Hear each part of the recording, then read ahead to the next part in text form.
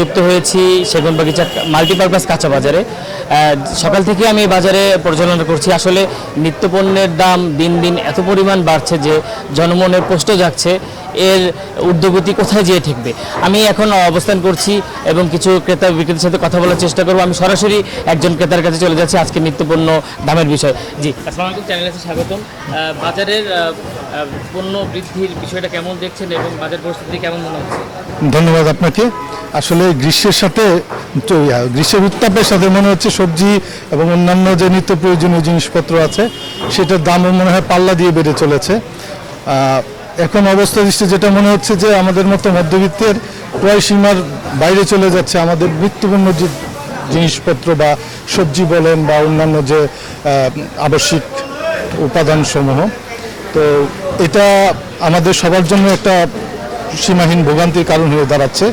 আমার মনে হয় সংশ্লিষ্ট কর্তৃপক্ষ যারা আছেন তারা এই ব্যাপারে একটু মনোযোগ দেওয়া উচিত এবং বাজারটা তো এখন নিয়ন্ত্রণ করা চাইলেই সম্ভব, কারণ একটা সরকার এখন চলমান আছে। তারা যদি এই বিষয়ে একটু আরও মনোযোগী হয় এবং আর একটু কার্যকরী পদক্ষেপ গ্রহণ করে তাহলে আমার মনে হয় এটা কিছুটা হলেও সহনীয় মাত্রায় নিয়ে আসা সম্ভব।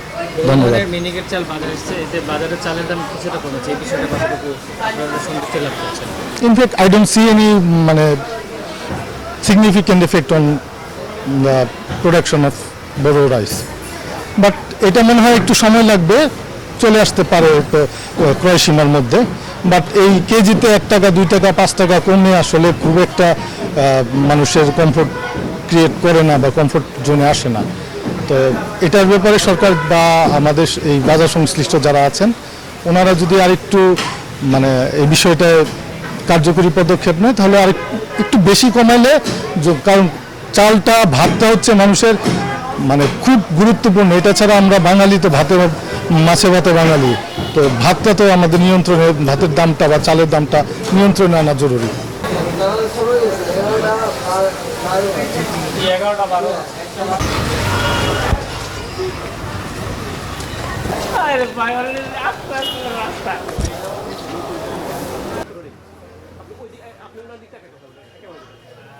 কাঁচা বাজারের বর্তমান দাম ঊর্ধ্বমুখী কেন? বিশেষ করে ঢেঁড়স, ঝিঙে, পটল এগুলোর দাম কেন বাড়তি?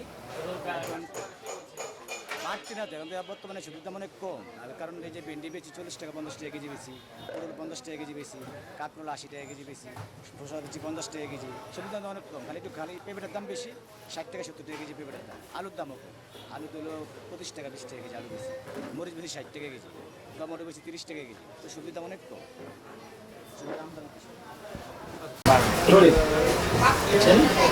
আপু, কাঁচা বাজারের অবস্থা কেমন দেখছেন? বাজারের সার্বিক পরিস্থিতি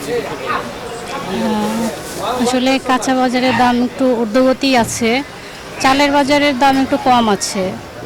সরকারের উচিত যে বাজার মনিটরিং করা।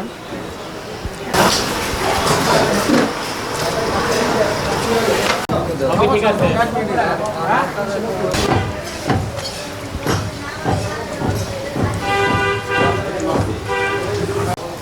বিক্রেতা এবং ক্রেতা সাধারণের সাথে আমার কথা হয়েছে, তারা বিভিন্নভাবে মিশ্র প্রতিক্রিয়া জানিয়েছেন। বিশেষ করে বিক্রেতারা জানিয়েছেন কাঁচামালের, বিশেষ করে নিত্যপণ্য যে কাঁচামালগুলো রয়েছে তাদের সেগুলোর দাম অপরিবর্তিত রয়েছে, কিন্তু ক্রেতারা জানিয়েছেন চালের তুলনায় কাঁচামালের দাম অবশ্যই একটু ঊর্ধ্বগতি। এছাড়া তারা আমাকে জানিয়েছেন যে সরকার যদি প্রতিনিয়ত একটি বাজার ব্যবস্থাপনা কমিটির মনিটরিং সেল সচরাচর এগুলো যদি তাদের ইন্সপেকশন অব্যাহত রাখতো সেক্ষেত্রে বাজারের দ্রব্যমূল্য ঊর্ধ্বগতি কিছুটা কমবে বলে তারা জানিয়েছেন।